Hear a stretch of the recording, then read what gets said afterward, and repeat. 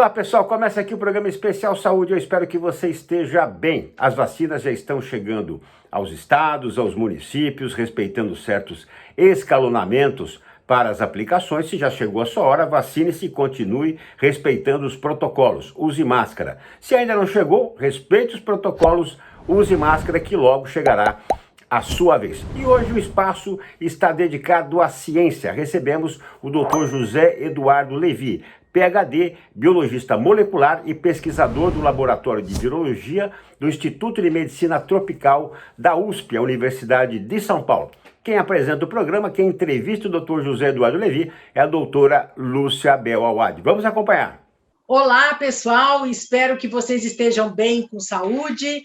E o nosso convidado de hoje é um virologista, especialista em biologia molecular, é pesquisador do Instituto de Medicina Tropical da Universidade de São Paulo, coordenador de pesquisa e desenvolvimento do laboratório DASA, e vai abordar e tirar todas as nossas dúvidas relacionadas ao aparecimento dessas variantes do novo coronavírus. Doutor Eduardo Levi, muito obrigada pela sua participação. Obrigado a vocês pelo convite, Lúcia. Prazer. Eu queria inicialmente perguntar a você a respeito, né, dessas variantes que vêm aparecendo da Covid-19 e também sobre a pandemia, né, o cenário dessa pandemia de uma maneira geral. A gente consegue comparar esta pandemia de hoje com alguma epidemia do passado? O que a gente pode esperar em relação ao futuro, né? Nós tivemos aí a gripe espanhola na década de 20, em 1920, que matou cerca de 50 milhões de pessoas. Depois tivemos outras epidemias, como do vírus Ebola, né, em 2016. Depois gripe suína, né, que atingiu mais de 200 países. E depois tivemos aí também infecções por coronavírus, a SARS em 2002, depois a MERS em 2012 no Oriente Médio. Quer dizer, esse coronavírus ele já existe desde a década de 60, né? Então, o que a gente pode esperar, né, doutor José Levi, desse novo coronavírus e para o futuro? Bom, a verdade é que, assim, não é comparável. Talvez a pandemia mais que a gente possa se aproximar da comparação é, sem dúvida, a gripe espanhola, mas que aconteceu 100 anos atrás, num mundo incomparável em termos de viagens internacionais, de deslocamentos, né, e também dos recursos tecnológicos que nós temos. Eu já sou virologista há 30 anos, então, de uma certa forma, já passei por algumas pandemias que me relembraram novamente. Então, HIV, por exemplo, foi uma pandemia, até hoje o número de mortes é bem superior, embora ao da Covid-19, embora tenha acontecido num intervalo de tempo muito mais longo também. Depois passamos pelo Zika, eu lembro bem também, muitas coisas parecidas com o que a gente está vivendo agora, mas o grande temor entre as doenças emergentes sempre foi uma doença de transmissão respiratória, coisa que o HIV não é, e nem o Zika também.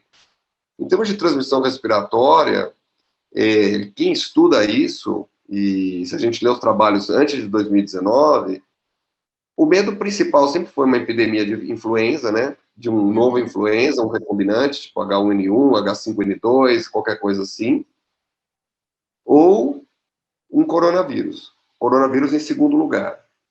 E a gente teve, então, 2 ensaios grandes de pandemia. Um foi realmente o do H1N1 e alguns ensaios em relação ao coronavírus.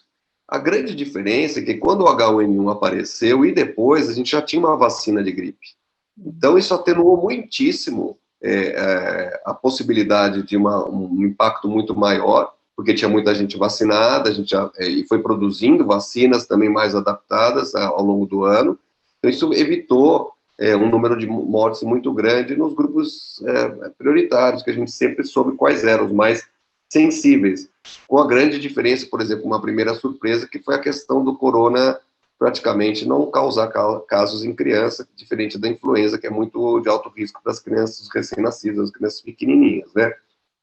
O ensaio, realmente, de 2002, 2003, o SARS-CoV-1, foi muito parecido com agora.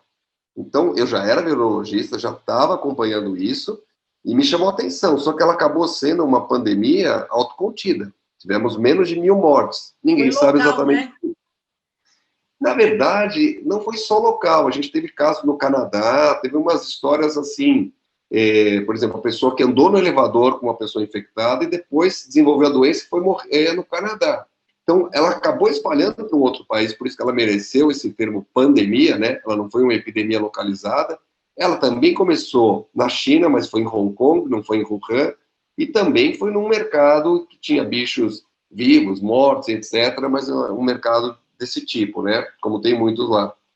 O fato de que ela acabou sendo autocontida, infelizmente, e é muito irracional isso, porque nós cientistas, médicos, todo mundo se pretende muito baseado em evidência e racionalidade, mas não levou para frente um projeto de uma vacina, de uma terapia específica para coronavírus. Se não bastasse 2002, 2003, teve novamente uma lembrança 2012, 2013 com o MERS, que é o Middle East Respiratory Syndrome, que também é um coronavírus muito letal, muito mais letal do que o primeiro, mais letal do que esse que a gente está trabalhando também, que passou do camelo para o homem, no Oriente Médio. E continua tendo pequenos surtos desse vírus por lá. Mas ele também nunca conseguiu espalhar pelo mundo e também tem menos de 1.000 mortes. Então, ele também nunca foi um case tão importante para que alguma empresa, um governo, realmente levasse a cabo um programa de desenvolvimento de vacina. E eu digo que isso é irracional, não só do ponto de vista humano, né, que vidas seriam salvas e tudo isso, mas do próprio ponto de vista puramente capitalista, se alguém tivesse feito uma vacina para coronavírus, estaria bilionário hoje, entendeu? Então, também faria sentido ter apostado nisso, mas ele poderia ter feito uma vacina que ninguém ia querer tomar, porque nunca foi uma doença prevalente. Então, tem esses dois lados da moeda. De qualquer modo, o que esse Coronel SARS-CoV-2 é diferente dos outros é porque ele foi muito eficiente na transmissão pessoa a pessoa. E esses outros não foram eficientes na transmissão pessoa a pessoa, tanto é que não se espalhou dessa forma. Então, ele é inédito nesse sentido, é o primeiro coronavírus altamente adaptado para a transmissão pessoa a pessoa e associado com uma alta taxa de mortalidade. A gente já tinha 4 coronavírus diferentes conhecidos no mundo, que a gente já testa, faz diagnóstico, a mesma coisa, mas eles não causam quadros graves, tá? Até eles têm essa diferença, eles podem causar quadros um pouco mais sérios em criança, e esse é muito mais sério em adultos, né, em idosos principalmente, e em geral tem uma letalidade muito maior do que esses outros que a gente estava falando, mas muito maior do que os coronavírus, esses 4 que a gente já testa, não que o SARS-CoV-1 e não que o MERS, que esses dois têm mortalidades mais altas do que o corona atual. E essa adaptação ao organismo humano, no caso do SARS-CoV-2, quando comparado aos demais coronavírus, ele adquiriu por que motivo? Pela sua constituição genética? Existe alguma aposta dos pesquisadores para resolver essa questão? Bom, todo mundo acha que a adaptação ao ser humano, lá no mundo microscópico, o que é isso? É a proteína da espícula do vírus que promove a infecção, é o primeiro contato, que ela se tornou mais capacitada, mais aderente à célula humana. Então, quando você vai buscar, por exemplo, de onde veio, de que tipo de bicho veio, a gente sabe que tem coronavírus em várias espécies de animais, morcegos, tem muito, o pangolim tem, e vários outros tipos de bicho. Então, eles pegam essa sequência da espícula desses coronavírus, desses animais, e comparam contra essa de agora, para falar, bom, deve ter vindo do bicho que já trouxe isso muito perto de ser capaz de infectar o homem. Então, é por aí, ou isso veio realmente de um morcego que, por uma coincidência infeliz, tinha uma proteína que era boa para infectar o morcego, mas muito boa para infectar o homem, ou foi realmente nas primeiras passagens em humanos que ela rapidamente desenvolveu uma mutação que a tornou muito adaptada para o ser humano. Então, de forma que os primeiros casos já são muito parecidos com o que aconteceu posteriormente na pandemia. Então, a gente não conhece esses primeiros casos que precederam os casos de Wuhan, que a gente conheceu, ou foi ali no comecinho mesmo que adaptou e já começou a transmissão. No decorrer da pandemia, a gente teve uma mutação que foi bastante valorizada e a qual aconteceu na Europa já, e que a qual, num primeiro momento, o pessoal achava que a mortalidade na Europa estava associada já com essa variante. Então, inclusive, né, o sequenciamento, né, do genoma completo do SARS-CoV-2 ocorreu em janeiro do ano passado, e logo depois disso foi disponibilizado para toda a comunidade científica, e graças a Deus, né, os pesquisadores conseguiram, em tempo recorde, aí, entender o mecanismo de ação do vírus, né, inclusive na produção de vacinas hoje, em plataformas vacinais que hoje nós temos disponíveis em tempo recorde, né? E a gente observa que esse coronavírus, sequenciado ano passado, hoje ele não é exatamente o mesmo, ele apresenta aí algumas variações, essas chamadas variantes, né, que estão sendo identificadas, foi identificada aqui em Manaus, no Reino Unido e na África do Sul, né, mais recentemente, e eu queria que você explicasse direitinho para nós, até o pessoal que está nos ouvindo, o que vem a ser essas variantes e como é que elas são originadas e por que o vírus acaba se tornando, vamos dizer assim, mais preocupante a cada dia que passa. Entre a identificação do caso e o sequenciamento e a divulgação do genoma da sequência do vírus, se passaram menos de 15 dias. Dia 11 de janeiro, os chineses publicaram a sequência do isolado de Wuhan. Isso é fundamental, não tanto para isso que você falou, que veio no momento posterior, que é o enfrentamento via vacina, mas para fazer os testes diagnósticos, porque no primeiro momento você precisa saber quem está infectado, até para adotar uma estratégia que em alguns países funcionou bem, testar, isolar, né, e na China mesmo, né. Então, com a sequência, a gente começou a fazer os testes diagnósticos. Isso foi muito útil. O sequenciamento, para quem não sabe, ele é soletrar as letrinhas que compõem o genoma do vírus, as letrinhas que nós tecnicamente chamamos de nucleotídeos ou bases, né? Então, o vírus tem 30 mil, esse coronavírus tem 30 mil letrinhas, o genoma dele é um genoma de RNA de 30 mil letrinhas, nós temos 3 bilhões, só para a gente comparar, tá?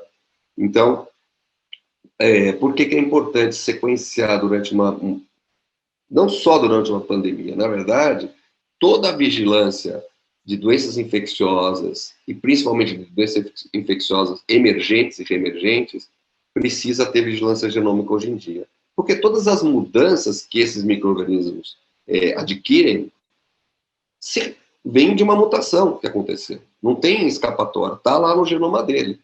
E aí, a gente conseguindo, então, quanto antes a gente identificar essas mutações, a gente consegue, em primeiro lugar, avaliar se essas mutações podem ser perigosas ou se não são perigosas e focar naquilo que pode trazer risco para a gente e tentar evitar. Então, é inevitável que a gente caminhe para o mundo de vigilância genômica, espero que isso aconteça agora, depois da Covid, foi o último alerta, acho que nunca mais a gente vai ser pego nessa situação.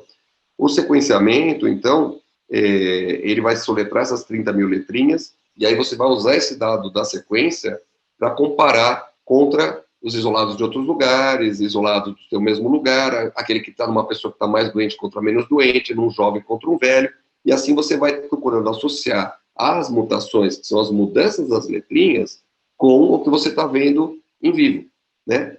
E aí você vai encontrar uma mutação que é mais letal, uma mutação que está associada com resistência, uma mutação que permite infectar o trato gastrointestinal e não respiratório, coisas assim.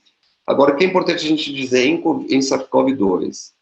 A gente está falando de variantes, mas nós temos mais de 1000 variantes de SARS-CoV-2. E o público leigo, os jornalistas, nunca ouviram a gente falar de variantes, porque isso nunca foi importante.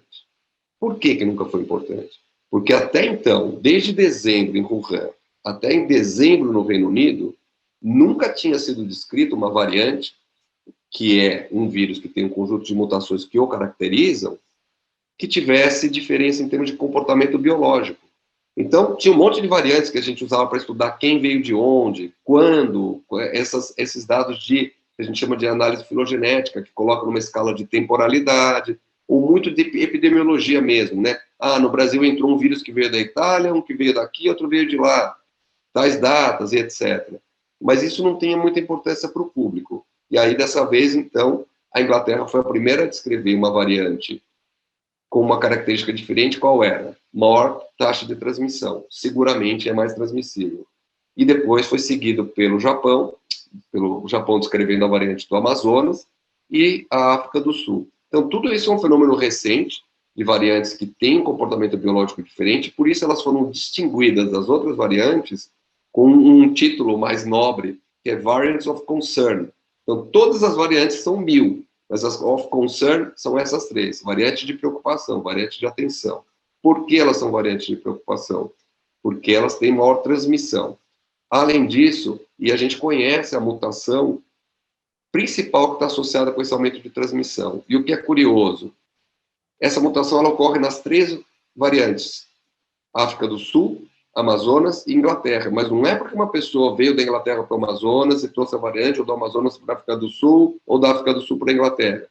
As mutações apareceram nos 3 lugares de forma independente, que é o que a gente chama de evolução convergente. Quando isso acontece, o que é o sinal? É o sinal de que essa mutação conferiu algo de especial para o vírus, porque fixou e foi se tornando predominante na Inglaterra, pelo menos ela rapidamente cresceu, hoje ela já é responsável pela grande maioria dos casos na Inglaterra, entendeu? O mesmo fenômeno aconteceu na África do Sul, e o mesmo fenômeno aconteceu em Manaus também. Essas variantes, né, que apareceram, principalmente a de Manaus, elas estão localizadas na parte da proteína da spike, na região RBD, que é o receptor binding domain, né, que é o domínio que se liga diretamente ao receptor do AC2 na célula, que é a porta de entrada do vírus na célula, e isso é que está alarmando, né, a comunidade médica científica, porque é o que está facilitando a capacidade de transmissão desse vírus de uma pessoa para outra, né?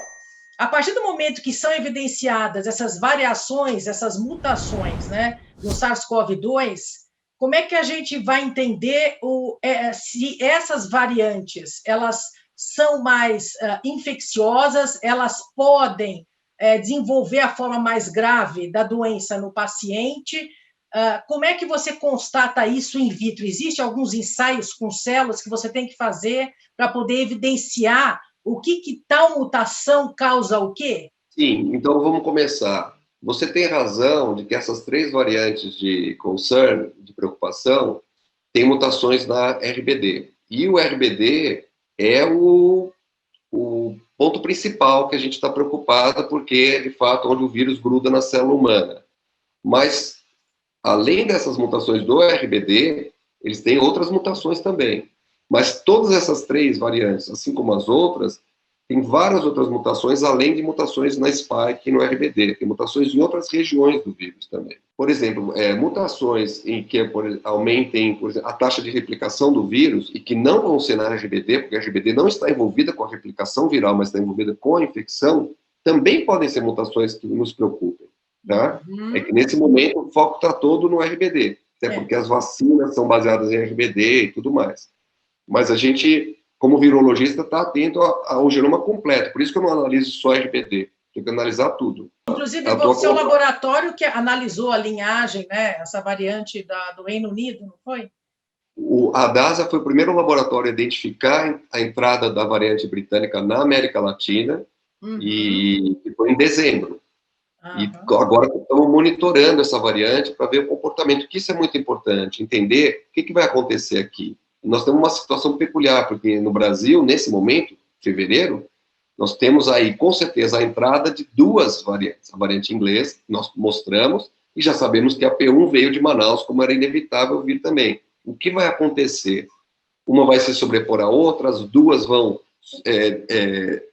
superar todas as outras variantes, a gente vai ter todos os casos causados por ela, a gente tem o terceiro componente, que é a vacina, como elas vão se comportar frente à vacina.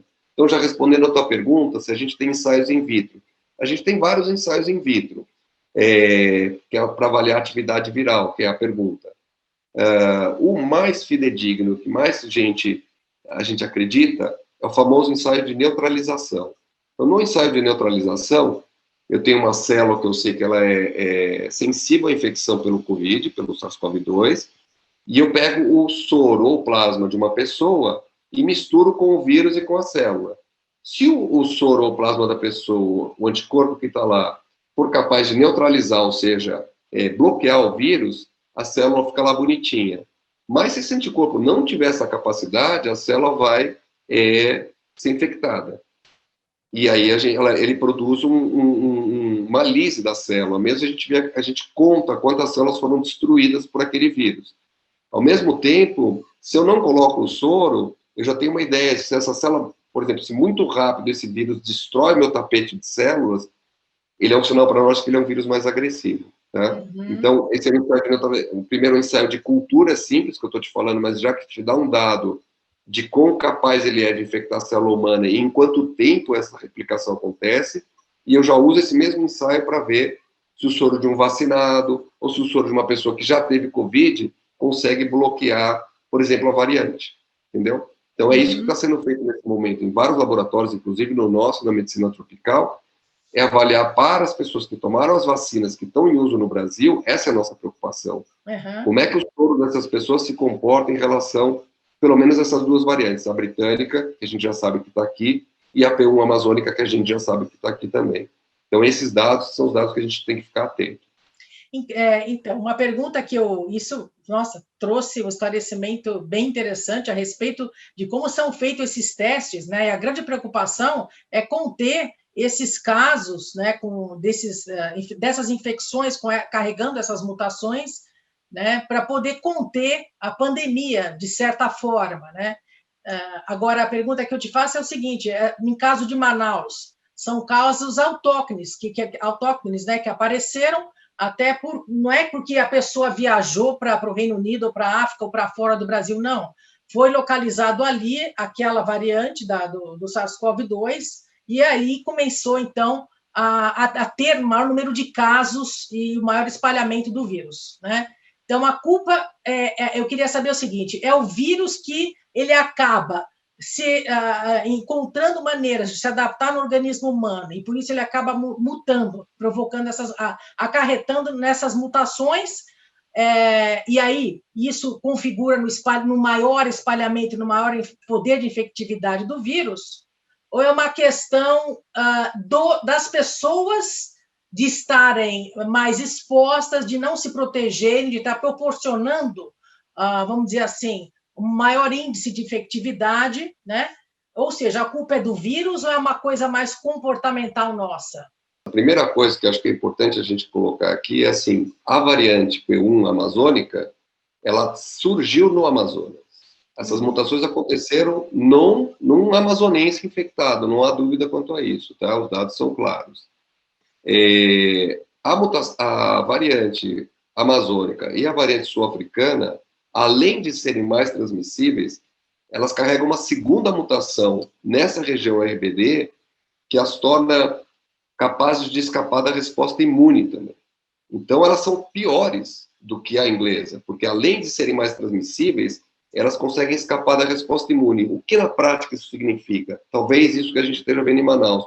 Muitos casos de reinfecção, que é extremamente preocupante, porque significaria que a gente volta a estaca zero. Então, aquela ideia de que, poxa, eu tive Covid, tô beleza, ela está sendo posta em xeque. E aí a gente precisaria estudar melhor, se todo mundo que está tendo lá em Manaus, qual é a proporção de reinfecção lá? Porque é um sinal muito claro de que a variante é capaz de escapar de uma primeira infecção, da resposta imune de uma primeira infecção. Então, assim, nós estamos preocupados, sem dúvida nenhuma, é para estar preocupado também de que a gente está já produzindo variantes não mais agressivas, porque a doença ainda é entendida que é a mesma doença, mas além de uma capacidade de transmissão maior, uma capacidade de escapar da resposta imune. Então, já são variantes mais perigosas. Agora, a gente tem que deixar claro, o bicho-homem está sendo parceiro, porque assim, pode ser a variante que for, as mutações mais violentas que forem. Se eu estou de máscara, distante, não aglomerado, o vírus vai embora, ele vai morrer, ele não vai infectar ninguém. Então, não é por acaso que essas variantes apareceram aonde? Em lugares onde você estava tendo uma infecção descontrolada. E aí você permite o surgimento da variante, mas permite o espalhamento da variante também. Então, são as duas coisas. Pode ser a maior variante mais agressiva que for. Se eu tiver de máscara, lavar a mão, respeitar o distanciamento, não aglomerar, a gente nem vai ficar sabendo quem é essa variante. Então, com certeza, variantes apareceram em outros lugares, mas a gente não vai ficar sabendo porque elas não conseguiram prosperar na população. Então, são as duas coisas juntos, sim. Elas estão aparecendo, elas aparecem com mais frequência onde eu tenho uma taxa maior de infecção, sem dúvida nenhuma, tenho mais gente infectada, e elas só prosperam, proliferam, se estabelecem na população, quando a população dá a chance para ela disso acontecer. Nossa, fantástica a sua explicação, né? Porque isso configura o recado do seguinte: temos que estar com máscara, fazer uso de máscara, fazer o distanciamento, né? Higienização. Isso é a nossa arma principal hoje, né? E a gente tem esse medo dessas variantes do SARS-CoV-2, do novo coronavírus. Tem alguma chance de ter algum impacto no resultado das vacinas? Ou como é que é a sua opinião? Total, tem uma chance, sem dúvida nenhuma. Todos os fabricantes de vacina, essa é a pergunta do momento para eles. Começaram a sair os primeiros resultados. A variante inglesa não sofreu redução da eficácia, quer dizer, ela não levou a redução da eficácia das vacinas contra as quais foram testadas. Mas a sul-africana, sim.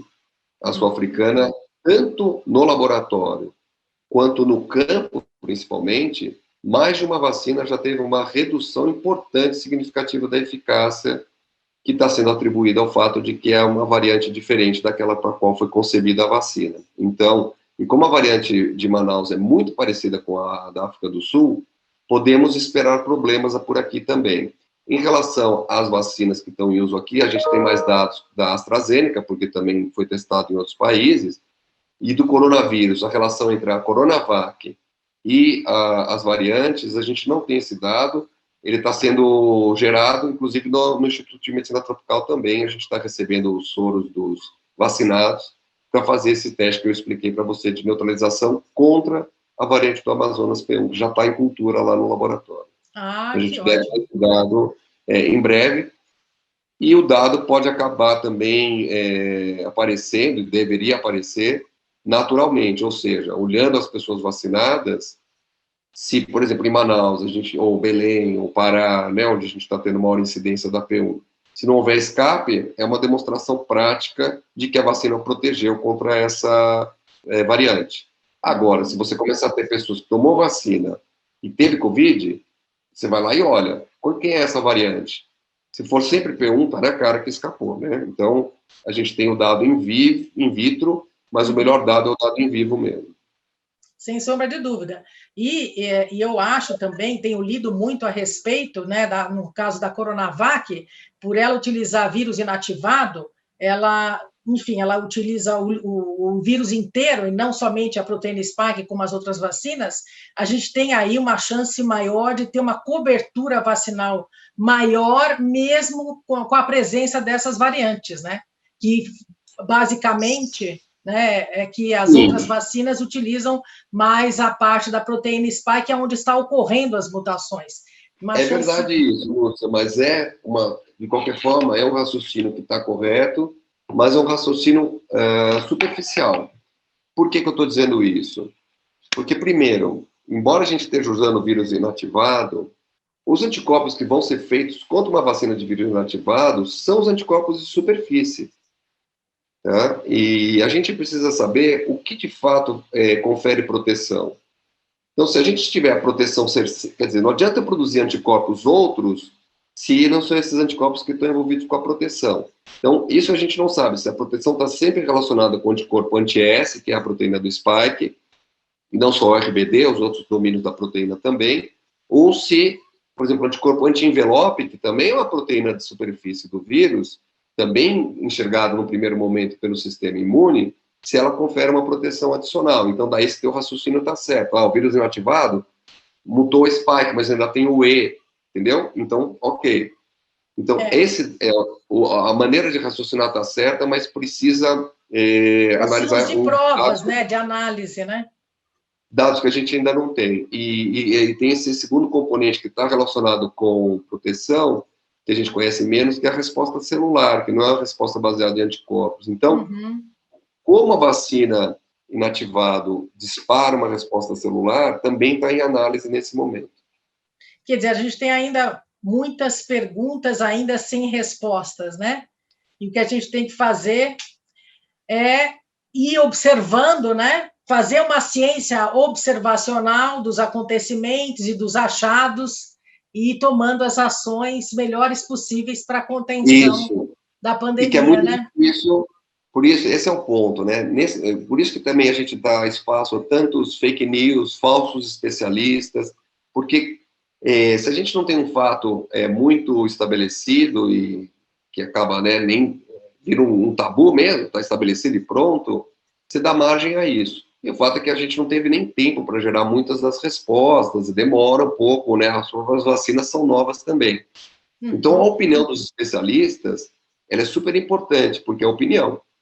E aí você vai ter de tudo. Opiniões, quando é opinião, pode ter subjetividade, pode ter um componente político, pode ter várias outras coisas, né? E então é um momento assim super excitante para mim, por exemplo, como virologista, né? E, claro que eu tenho a dimensão humana da tragédia também, então me toca, mas também tenho que confessar que para mim é excitante. Eu estou há 1 ano e pouco falando de Covid, de manhã, de tarde, de noite, não cansei ainda. É desafiador, né? É fascinante.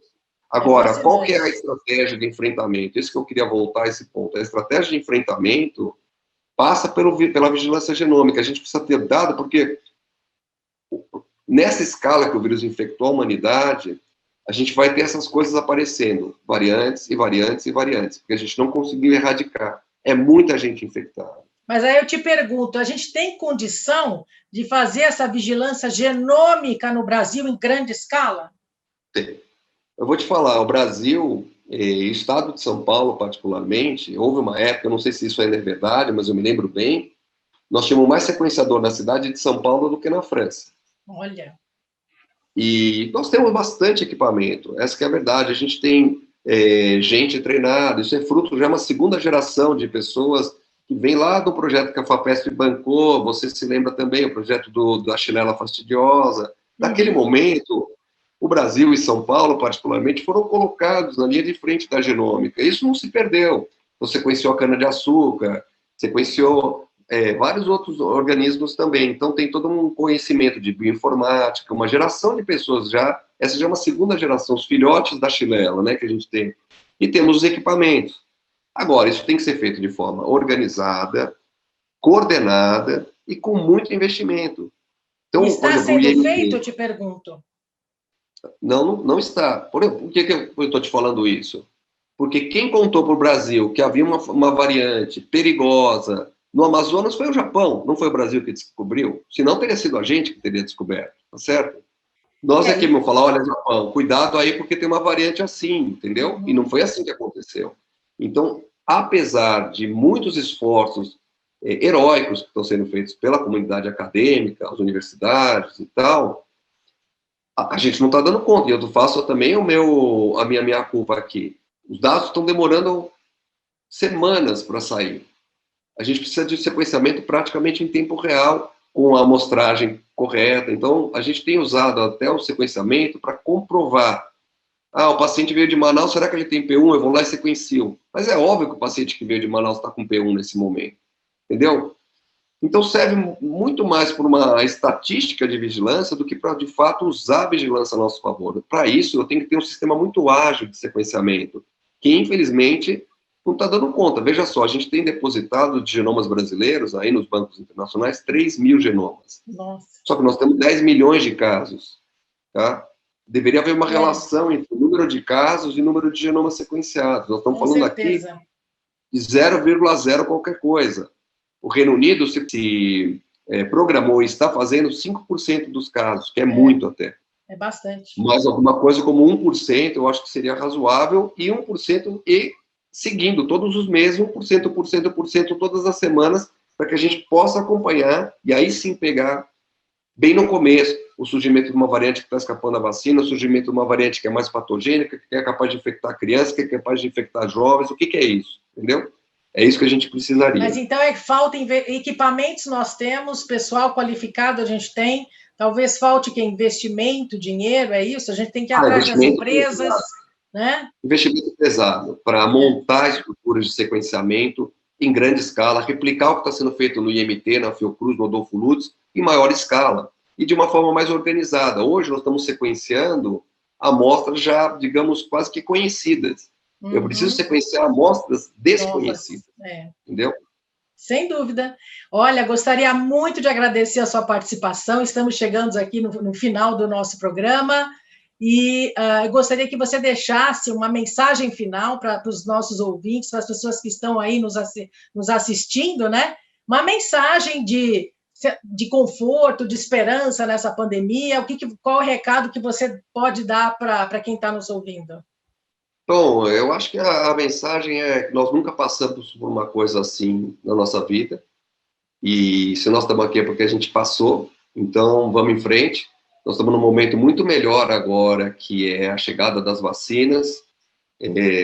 Elas vão precisar de uma segunda geração de vacinas, na verdade, é uma corrida que a gente vai estabelecer com esse coronavírus.